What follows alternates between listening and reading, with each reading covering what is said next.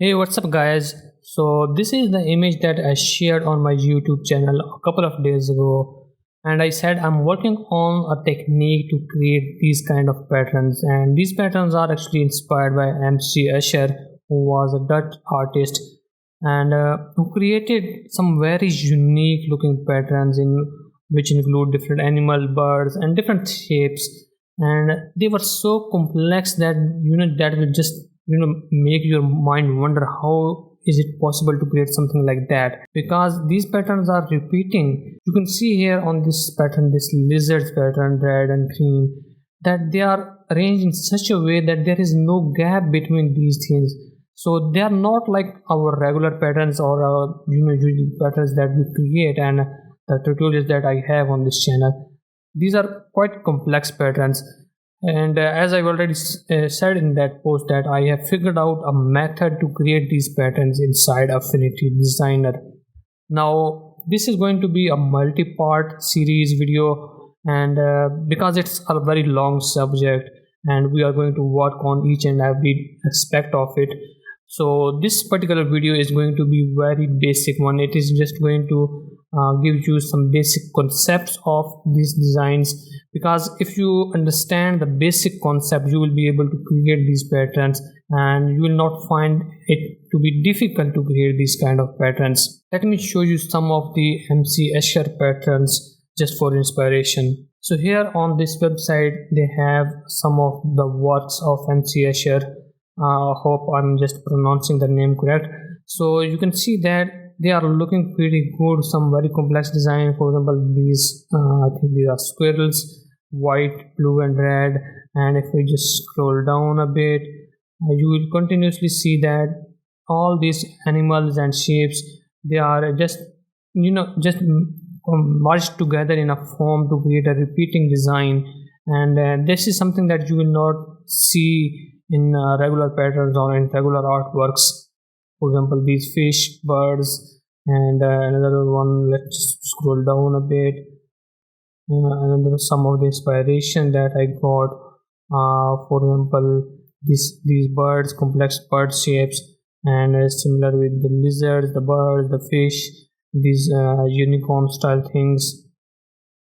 So you can see that these type of works are unique and not everybody will be able to create these kind of designs. Now if you learn how to create these kind of designs, I would say that you will stand out in your artistic works from those people who are not able to create these kind of designs. Anyway, let's get back to the Affinity Designer. So as I already said, this is going to be a basic concepts video and it is mostly theory, but I would say that you should watch it till the end, because if you are able to grasp these basic concepts, the future lessons or the future tutorials will be easy for you to understand. So don't skip over these points, although I have put the timestamps in the description below for different sections in this video. So if you have to come back, you can easily skip over those parts which you already know, and you can just jump to the parts which you want to learn. Anyway, so the basic concept is the tessellation here, the first definition of that we need to learn. So a tessellation is simply tiling is the covering of a surface of a plane using one or more geometric shapes called tiles with no overlaps and gaps. So I have just colored the most important parts in the definition in red color here. So one of the prerequisites is that there should be no overlaps and there should not be any gaps between the tiles. So here in these examples you can see we have squares, these hexagons and these triangles. So you can see that each square here is a tile. So when I join two or more squares together, I get a plane or a surface that does not have any gaps. So if I just zoom in here, you can see that we do not have any gaps here, and also each square is of the same size here, and we do not have any gaps, we do not have overlaps between them. Same is the case with this one, this hexagon. We do not have any gaps and all of these hexagons are of the same size. So this was just a basic concept of or you can say a basic definition of tessellation. Let's move to the next slide here. I'm just using Affinity Designer as slides. Anyway, so the basic building block of these patterns are going to be polygons. So we need to understand what a polygon is. So a polygon is going to be a simple geometric shape that is made up of straight lines. This is a very important aspect or the important requirement of a polygon, that it needs to be constructed of straight lines and it needs to be a closed polygon, a closed shape. For example, here down in the examples, the first four, these one, the square, hexagon, triangle, and this irregular shape here, this green one. So these are all the examples of a polygon. This last one, this one gray shape, is not a polygon, although it is a closed shape, but it is not made up of a straight line. So in every example here in there, you can see that where one line is starting and where it is ending. For example, in this square one, red is starting from this side and it is ending on at this point. Similarly, in the case of this irregular green shape here, this blue line is starting at this point and ending at this point. So in each of these four shapes, you can see where the line is starting and where it is ending. But here on this gray shape, you cannot see where the line is starting and where it is ending. It's not a straight line. Although our pattern will include these smooth curved lines, but that is at a later stage. First, we need to understand that we cannot start with a shape that does not have a straight line, and it needs to be a closed shape. For example, if I just create a shape here, let me just make a shape here that is made up of straight lines, you can see here, and if I just give it a color, maybe this one, so you can see that our shape is you can say that it is made up of straight lines here, but it is not closed. It is ending at this point, which is not giving us a closed polygon. So that is not going to be considered a polygon. A polygon has to be closed and it should be made up of straight lines. The next concept that we need to understand is the irregular polygon. By the way, I'm just skipping all the details here. I'm just covering something that is very basic to understand these patterns. So if you want to learn more about these kind of this topic, you can definitely search online and go into depth, but I do not want to share with you too much deep details. I'm just only sharing something that is going to help you create these patterns. So if you want to learn more about these kind of geometry and stuff, you can definitely do. But if you do not want, hopefully this overview of the lesson or this overview of the explanation of these terms is going to help you create those patterns. So first we learn about the polygon, then we need to learn about the regular polygon. So the requirement for a regular polygon is that all the sides should be of the same size and all the angles, interior angles, as you can see here, inside angles here, should be of the same measurement. For example, in this triangle here, this angle is 60 degrees and all the other angle, the top one and this left one, is also 60 degrees. In this square shape, all the inside angles, interior angles, are 90 degrees. In this pentagon shape, we have 108 degrees, and in this hexagon, we have 120 degrees. So the requirement for a polygon, or actually for a regular polygon, is that it should be made up of the straight lines that are equal in length, and also the interior angles should be of the same measurement. That is the very prerequisite. If we have an irregular polygon, which means that the lines are not of the same length and the angles are not of the same length, then it means that it's not a regular polygon. So that is something that you need to keep in mind. So guys, I'm going to just skip everything else about any description or definition of other geometries and go straight into creating those tessellation. So for the tessellation process, we are going to use regular polygons only, and we are going to work with triangle, square, and hexagon. We are not going to work with this pentagon here because it is a very different concept. It's a complete whole different thing using these pentagons. So we are just going to work with three shapes: triangle, square, and hexagon, because they are easy to understand and you will be able to learn them I would say much easily as compared to other polygon. So this is something that you need to keep in mind. Alright, now we need to understand what is the basic concept, or you can say a secret of a tessellation. The secret of a tessellation is this 360 degrees, this single number. So if you keep this one thing in your mind, you will be able to create tessellation without any problem. So here in this example here, you can see that I have this circle that denotes that we have 360 degrees here, because a circle has a 360 degrees inside. So this division, these lines that we have, they are dividing this circle into different parts. But if we combine the angles here, we are getting 360 degrees because they are covering this whole complete circle. So if I just, for example, make this into a 4 parts shape like that, let's say 4 squares, 1, 2, 3 and 4. So when we combine these 4 squares at the center, the point where they meet this area is going to give us 360 degrees around it. So let me just go back to this first one slide here. So here in this example, at this point we have 4 squares: red, this cyan, this purple and this yellow. So they are meeting at this point here. I hope you can see here. So they are meeting at this point, and all the angles around this point, if we add them together, we get 360 degrees. Remember, each square has a 90 degrees inside angle, so 90 times 4 gives us 360. Similarly, in this hexagon shape, let's say at this point, so we have green, red and blue hexagon shapes. So at this point here, around this time, we have three hexagons. So each hexagon has 120 degrees inside angle. So 120 times 3 gives us 360. So wherever you can see here, when the tiling is possible, we are going to see a 360 degree angle at the point where different shapes meet. Same is the case with these triangles here.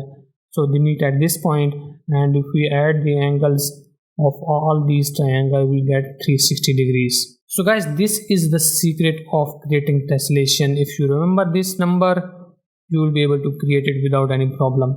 Now let's jump to the part of the different tessellation methods, different methods of tiling that we can use. So the first method is called translation.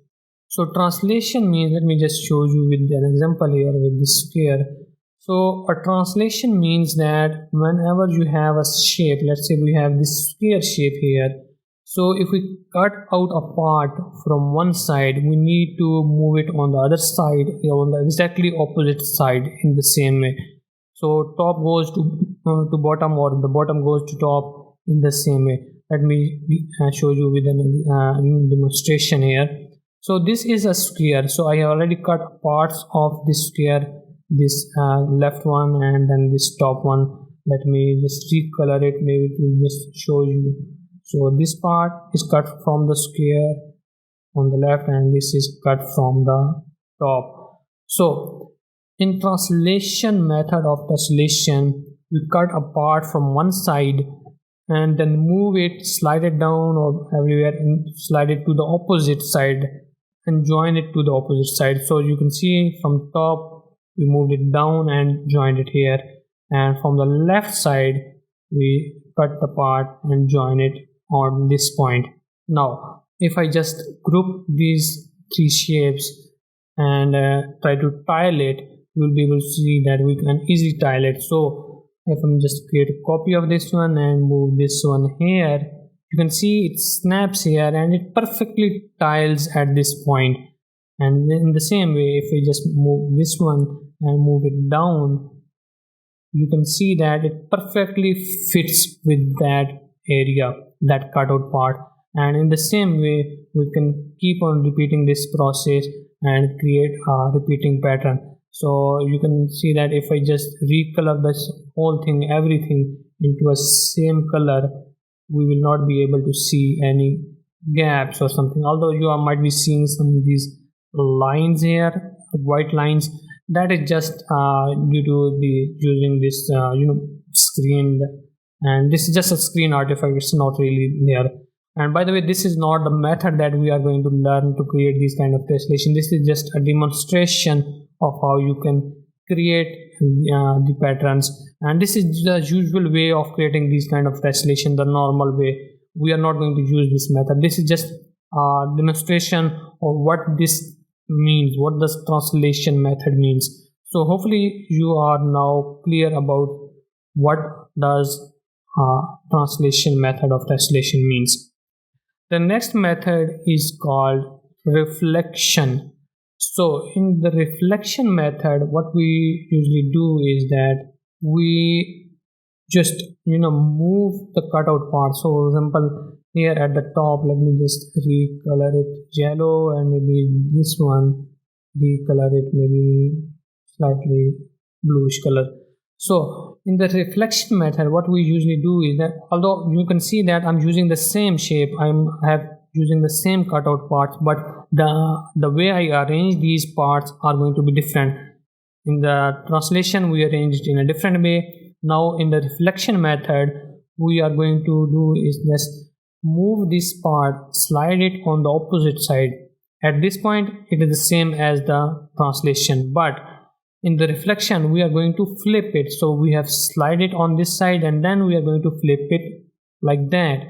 Same is the case with this one. We are going to slide it. This is the same as translation, but for the reflection method, we are going to flip it like that. So the vertical ones are going to be moved on the other side and flipped vertically, and the horizontal parts are going to be flipped horizontally, actually moved horizontally and then flipped horizontally. Let me show you again. So I'll just slide it here. Now I'm going to flip it horizontally. So this is called the reflection method. So if I just group it here and try to tile it, you can see that I can create a copy of this one. So first we need to move it horizontally like that, and then flip it vertically and then arrange it accordingly, and you can see that it is going to fit it here. So again, I can just create a copy of this one, move it down, and now after sliding down, we are going to flip it horizontally and then just reposition it, and it is going to give us perfect tiles. Again, just copy this one, move it down like that, and let's just flip it horizontally and then we move it here. So this technique is called the reflection method. So again, if I just color all of these to be of the same color, let me just create it like that. Although I have just maybe need to create move it slightly down. So although that is why I'm saying that you can see that we are seeing a small gap here because it is not snapping at this point, and that is why we are not going to use this method, actually this technique inside Affinity Designer. We are going to use the same concept of reflection, but not this method of creating these patterns. That method is going to be slightly different, and you will learn in the later videos. Okay, so now hopefully you are now clear about what is a reflection method. It is just simply sliding it on the opposite side and then flipping it. In the simple translation, we just slide it, we do not flip those parts. So that is the main difference here. The third method is called the rotation method. So in the rotation method, let me show you what it means. So I'm just going to use the same sphere and the same cutout shapes. Let me just ungroup it and recolor these ones so you can easily see. You can see here that we have the same two cutout parts. So in the rotation method, we are not going to slide it on the opposite side. We are going to rotate it on the adjacent side. For example, this is a red shape here. So this, instead of moving it down like that, we are going to rotate it on this side here, this side. So easily inside Affinity Designer, we can just simply change this center point and make it to be here. So instead of sliding, we are just going to rotate it to its adjacent side like that. Same is the case with this side. We have just cut out a part from that square, and then instead of sliding on the other side, we are just going to rotate it to its adjacent side that we have no cutouts. So this is the basic concept of the rotation method. So again, if I just select this one, group it together, and let me just move it on the other side. So for the rotation method, this is the tile that we get. So if I just slide it here and then flip it vertically, and then you can see, actually I just messed it up. I confused it with the reflection method. So for the rotation, what we usually do is that we rotate it around a certain edge. For example, I have just two copies here. This is the first one and this is the second copy. So instead of sliding it, we need to rotate it. So if I just rotate it at this point here and this point of the original square, so if I just rotate it like that, you can see that it perfectly fits at this edge. Same is the case with this one. We can rotate it here around this edge of the original square. So if I just create a copy of this one and rotate it like that, you can see that it fits inside that. Isn't it magical? Again, we can rotate this shape, and you can see that we can fill this area here as well. So I'm just going to select this original shape again, press Ctrl J to copy it, and now I'm just going to rotate it at this point here, this top point of the original square. So if I just rotate it like that, you can see that we fill those gaps and we create those perfect fitting tiles. So this is the basic concept of the rotation tessellation. So if I just color all of these to be of the same color, let's say this blue color, you can see that our tiles fit perfectly. So guys, these are the 3 tessellation methods, and we are going to go into deep details of all of these 3 methods. We are going to learn each method in detail and create those beautiful patterns that I showed you earlier. These one, maybe not the exact same patterns, but we'll be able to create something very similar to this one.